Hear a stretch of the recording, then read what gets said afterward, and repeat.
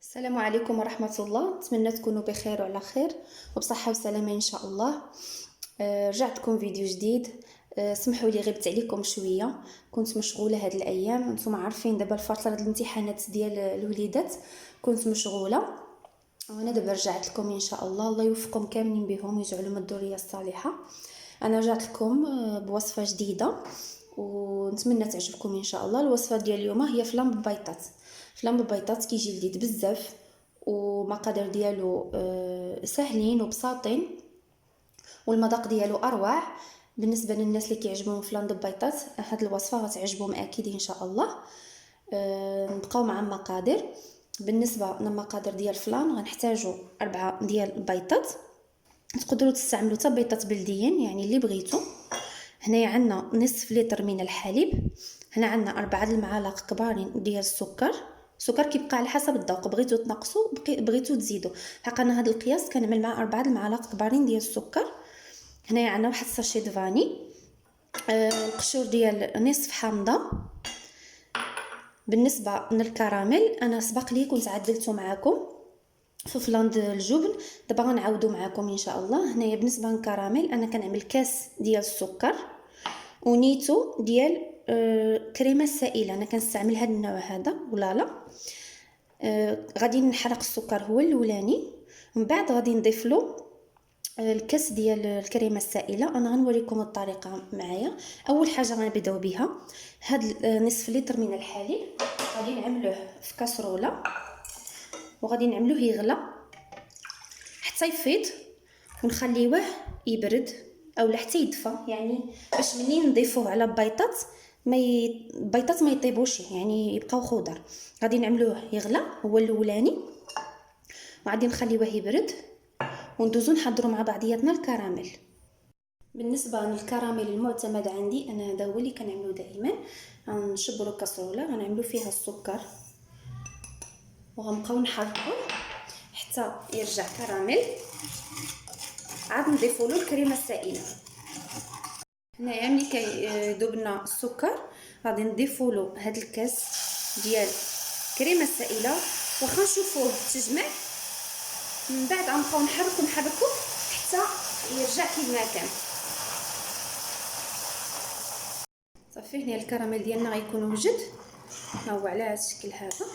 غنخليوه يبرد وندوزو نحضروا مع بعضياتنا الفلان ديالنا.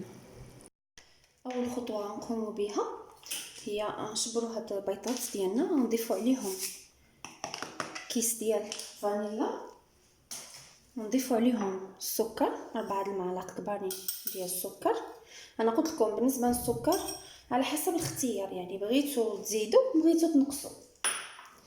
هنايا غنضيفوا القشره ديال نص حامضه.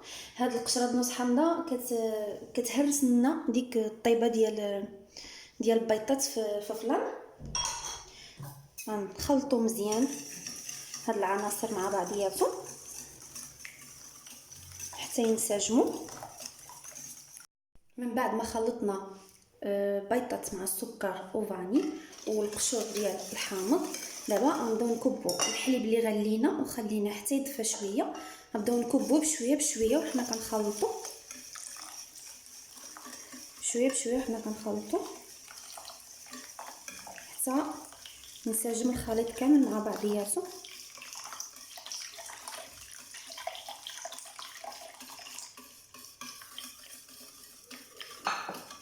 على هذا الشكل هذا. هاد الفلان هذا كيطيب على حمام مريم. هنايا كيما كيطيب ديك فلان الجبل اللي كنت عملت لكم ديك مره. هنايا غناخذوا صينيه الفران غنكبوا فيها الماء طايب باش يسهل علينا دغيا يطيب فلان.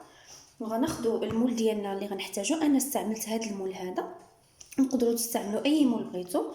غننزلوه هنايا في اللاطه. غنكبوا ها الكراميل ديالنا وجد، ها هو على هذا الشكل هذا. غنكبوا القليل منه هنايا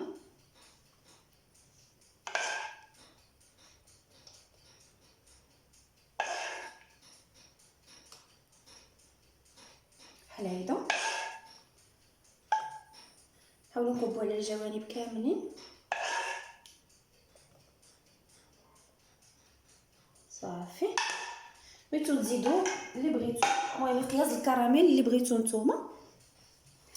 ودابا غادي نجيو وغادي نضيفو الفلان ديالنا اللي حضرنا. بسم الله. غادي نكبوه في الاناء.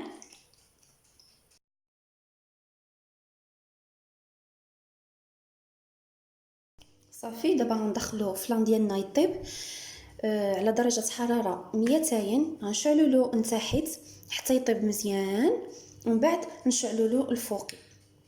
وهذا هو الشكل النهائي ديال الفلان ديالنا من بعد ما خرجته من النبيره وقلبته في الطبسيل ديال التقديم. كيجي رائع بزاف. انا هنايا زينت الوسط ديالو بحبات الفراوله، وفي الجوانب عملت لا كريم شونتيي، ودردرت فوق منها شويه ديال النوازيط مطحون مهرمش. تقدروا تعملوا اللي بغيتو.